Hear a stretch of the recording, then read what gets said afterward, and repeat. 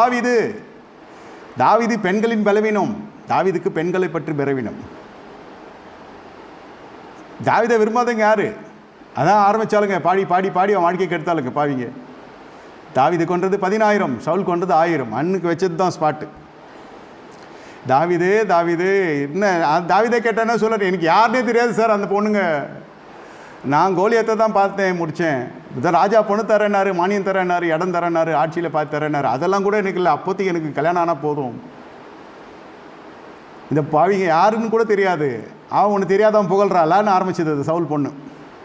அவை யார், அந்த சிறுக்கி யார், இவை யார், அதெல்லாம் மனசில் ஓடினே இருந்தது தான். உடன்படிக்கை பெட்டி முன்னாடி நடனமாடி வந்தோன்னே இந்த என்ன யூத பெண்களுக்கு முன்பாடி இஸ்ரவேல் பெண்களுக்கு முன்னாடி நடமாடி வருகிறீரோன்னு அவர் கேட்க, கடைசியில் அதை அவமதிக்க தேவனுடைய சாபம் வாழ்க்கையில் வருகிறது.